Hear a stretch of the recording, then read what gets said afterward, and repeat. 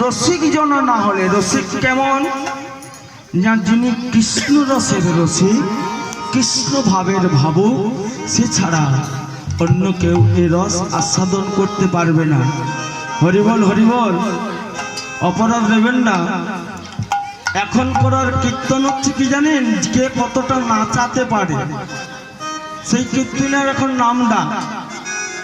কীর্তন হলো ভাবের জিনিস, রসের জিনিস, রস আস্বাদন করতে হয়।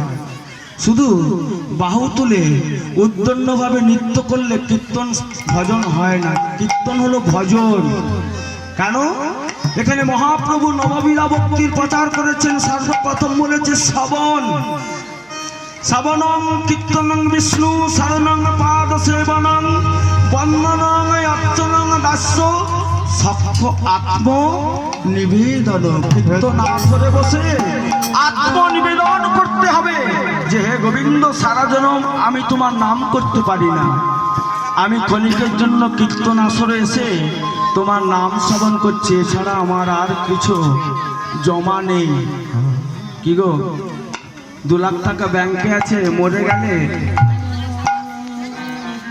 ওগুলো দিলে আমাদের বিচারটা কমে যাবে?